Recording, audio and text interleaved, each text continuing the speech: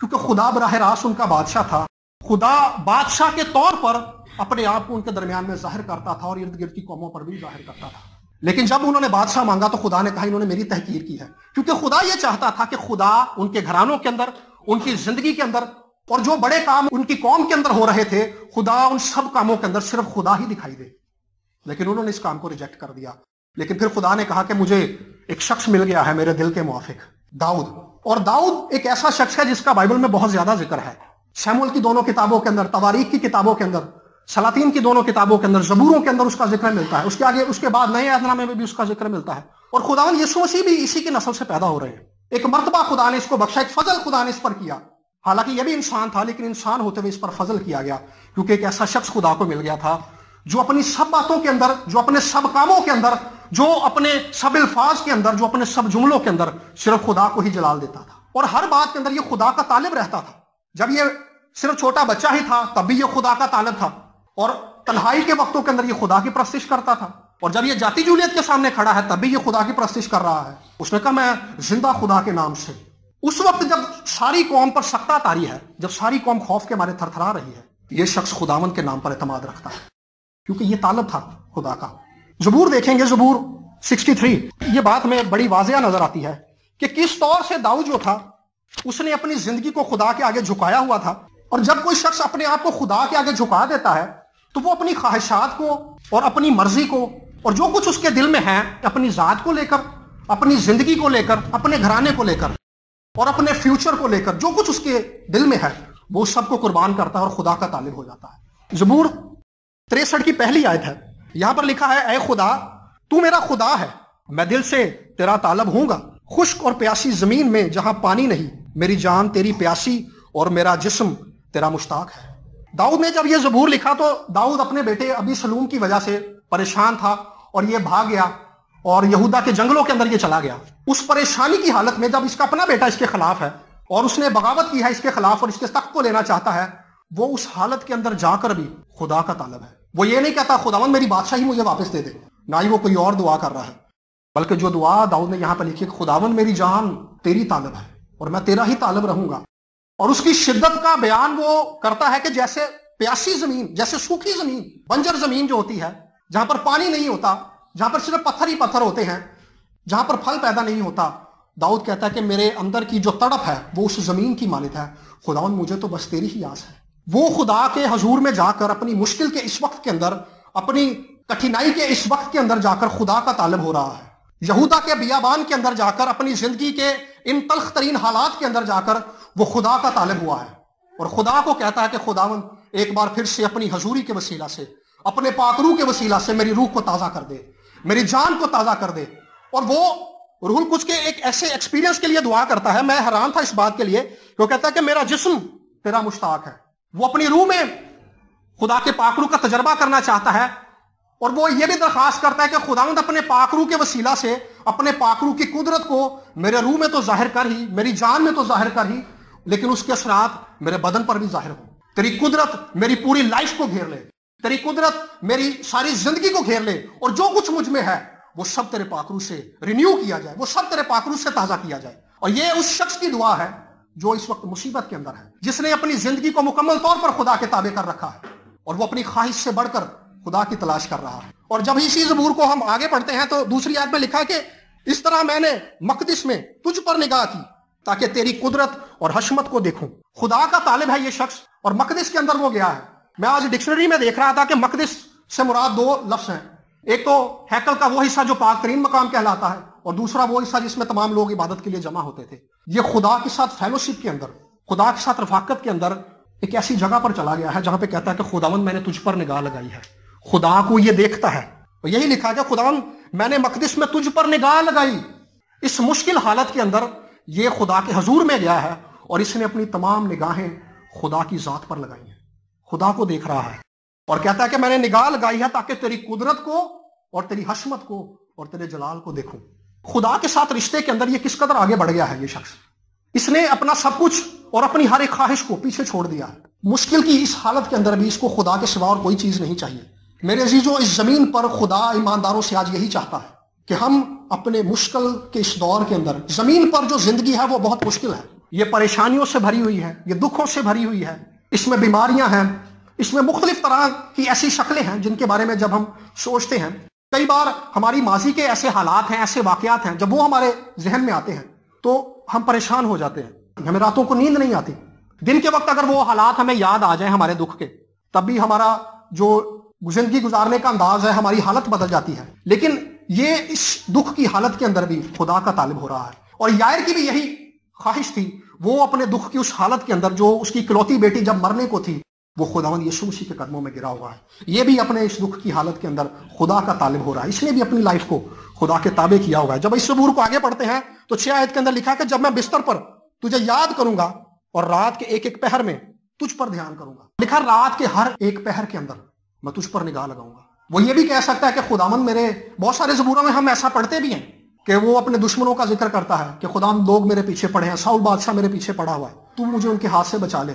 لیکن یہاں پر وہ کہتا ہے کہ میں رات کے ہر ایک پہر کے اندر خدا کی ذات کو دیکھتا ہوں، خدا کی ذات پر میڈیٹیٹ کرتا ہوں، اس کے کلام پر دھیان لگاتا ہوں کہ اس کا کلام مجھ سے کیا بات کرتا ہے۔ وہ خدا کے کلام کا طالب ہے۔ قرآن یسوع مسیح نے کہا تھا کہ آدمی صرف روٹی ہی سے جیتا نہ رہے گا، بلکہ ہر اس بات سے جو خدا کے منہ سے نکلتی ہے۔ اس زمین پر زندہ رہنے کے لیے ہمیں خدا کے کلام کی ضرورت ہے۔ اور میں نے بھی اپنی زندگی کے اندر گزرے سال میں، یہ میرے لیے اور میرے گھرانے کے لیے بڑے دکھ کی بات تھی۔ جب ڈاکٹرز نے میری امی کو کینسر بتایا تو ایسا لگتا تھا جیسے زندگی آگے چلے گی نہیں، زندگی ختم ہو جائے گی، اور جذباتی حالت اور خیالاتی حالت بہت عجیب تھی۔ لیکن اس تمام حالت کے اندر خدا کے کلام نے مجھے تسلی دی، خدا کے کلام نے مجھے سنبھال لیا۔ اور داؤد بھی اسی چیز کا تجربہ رکھتا ہے، وہ رات کے ہر ایک پہر کے اندر خدا پر دھیان لگاتا ہے۔ پطرس اپنے واعظ کے اندر اعمال کی کتاب میں کہتا ہے کہ میں خداوند کو اپنے سامنے دیکھتا ہوں، اس لیے مجھے جنبش نہیں ہے۔ جو شخص اپنے ٹف ٹائم کے اندر، اپنے دکھوں کے اندر، مصیبتوں کے اندر خدا کو اپنے سامنے دیکھتا ہے، دیکھا کہ اسے جنبش نہیں ہے۔ جنبش نہ ہونے کا مطلب یہ ہے کہ وہ ہل نہیں سکتا، زلزلہ آتا ہے تو زمین ہل جاتی ہے، لیکن وہ شخص جو یسوع کو اپنے سامنے دیکھتا ہے وہ ہل نہیں سکتا، وہ قائم رہتا ہے۔ لکھا ہے کہ جس کا توکل خداوند پر ہے وہ کوہ سیون کی مانند اٹل ہے، ابد تک قائم رہے گا وہ شخص، کیونکہ وہ اپنے سامنے خداوند کو دیکھتا ہے۔ خدا ایمانداروں سے یہ تقاضا کرتا ہے کہ ہم اس کی ذات پر دھیان لگائیں اور خداوند کو ہمیشہ اپنے سامنے دیکھیں۔ داؤد نے ایسا کیا، اور 7 آیت کے اندر دوسرے حصے کے اندر وہ کہتا ہے کہ اور میں تیرے پروں کے سائے میں خوشی مناؤں گا۔ اس سب تجربے کے بعد جب اس نے خدا کی ذات پر دھیان لگا لیا، دن کے پہروں کے اندر، رات کے ہر ایک پہر کے اندر، اپنی اس دکھ کی حالت کے اندر خدا کی ہیکل میں جا کر جب اس نے خدا کے کلام پر دھیان لگایا تو وہ کہتا کہ میں تیرے پروں کے سائے تلے خوشی مناؤں گا۔ کوئی بھی شخص جب اپنی زندگی کو خدا کے تابع کر دیتا ہے، اپنی ہر ایک خواہش کو، اپنی مرضی کو خدا کے تابع کر دیتا ہے اور خدا کی ذات پر دھیان لگاتا ہے، تو وہ خدا کے ساتھ فیلوشپ میں، خدا کے روح القدس کے وسیلہ سے فیلوشپ کے ایک ایسے حصے کے اندر داخل ہو جاتا ہے جہاں پہ خدا کی حضوری اس کو گھیر لیتی ہے، خدا کی حضوری اس کو کور کر لیتی ہے، خدا کی حضوری اس کو ڈھانپ لیتی ہے۔ اور اس حالت کے اندر خدا کسی کو الاؤ نہیں کرتا، نہ ابلیس کو الاؤ کرتا ہے، نہ کسی خیال کو الاؤ کرتا ہے، نہ کسی بندے کو الاؤ کرتا ہے کہ وہ خدا کے اس بندے کو ڈسٹرب کرے یا کسی بھی طرح سے اس بندے کو نقصان پہنچائے۔ 9 آیت کے اندر لکھا ہے کہ وہ زمین کے اسفل میں چلے جائیں گے۔ اگر کوئی شخص ایسا کرتا ہے تو خدا کی حضوری جس نے اس بندے کو کور کیا ہوتا ہے، جو خدا کی ذات پر دھیان لگائے ہوتا ہے، لکھا ہے کہ وہ زمین کے اسفل میں چلے جائیں گے۔ انوائنٹنگ کی یہ جو قسم ہے یہ بڑی عجیب ہے۔ خدا کے ساتھ فیلوشپ میں جب کوئی بھی شخص اس درجے پر چلا جاتا ہے، اصل میں خدا اس زمین پر ہر ایک شخص سے یہی چاہتا ہے کہ ہر ایک شخص خدا کے پاک روح کے ساتھ اس کی حضوری کے اندر اس درجے تک چلا جائے۔ خداوند یسوع مسیح نے کہا تھا کہ میرا کھانا یہ ہے کہ میں اپنے بھیجنے والے کی مرضی کو پورا کروں، اور لکھا ہے کہ اس نے اپنے آپ کو خالی کر دیا اور اپنے آپ کو تابع کر دیا تھا خداوند یسوع مسیح نے۔ اس کا مطلب یہ تھا کہ خداوند یسوع مسیح جب تک بدن میں رہیں گے وہ اپنی مرضی سے کچھ نہیں کریں گے۔ جب تک خداوند یسوع مسیح بدن میں رہے، خداوند یسوع مسیح نے اپنی زندگی کو خدا باپ کے مکمل طور پر تابع کیے رکھا۔ نہ اس کو کھانے کی فکر تھی، بلکہ اس کو اس کلام کی فکر تھی جو وہ لے کر زمین پر آیا تھا۔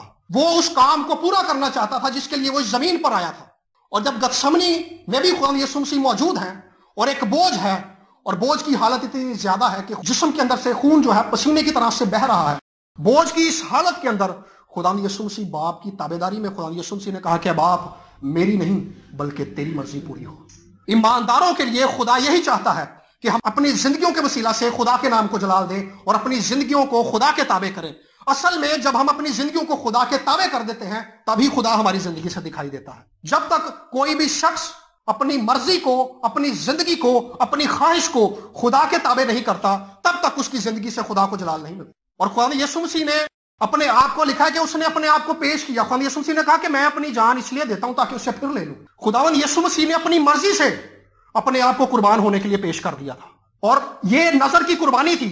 خداوند یسوع مسیح اپنی مرضی سے اپنے آپ کو قربان ہونے کے لیے جہان کے گناہوں کے لیے پیش کر رہا ہے، جہان کی قربانی کے لیے پیش کر رہا ہے، بنی نوع انسان کے کفارے کے لیے پیش کر رہا ہے، بنی نوع انسان کی زندگی کے لیے پیش کر رہا ہے، بنی نوع انسان کے گناہوں کی معافی کے لیے پیش کر رہا ہے، بنی نوع انسان کے دکھوں سے رہائی کے لیے پیش کر رہا ہے، بنی نوع انسان کی بیماریوں سے رہائی کے لیے اپنے آپ کو پیش کر رہا ہے، تاکہ بنی نوع انسان اس کے مار کھانے کے وسیلہ سے رہائی پائے، بنی نوع انسان اس کے خون بہانے کے وسیلہ سے رہائی پائے، اور اس کے خون بہانے کے وسیلہ سے اس جلال کو جو باپ کا جلال ہے وہ ہمارے درمیان میں سکونت کرے۔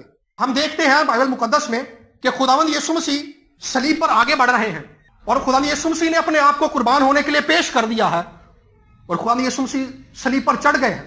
جب تک کوئی بھی شخص اس زمین پر، اور خاص طور پر ایماندار اس زمین پر مسیح میں مر جانے کا تجربہ نہیں کرتا، وہ مسیح کی فتح کا تجربہ بھی نہیں کرتا۔ اس زمین پر جب تک ہم اپنے آپ کو مسیح میں مار نہیں دیتے، اپنے آپ کو مار دینے کا مطلب یہ ہے کہ اپنی خواہشات کو، اپنی مرضی کو، اور جو کچھ ہم میں ہے، جب تک ہم اس کو خدا کے تابع نہیں کریں گے، اس وقت تک ہم مسیح کے زندہ ہونے کی فتح کو اپنی زندگی میں نہیں پا سکتے۔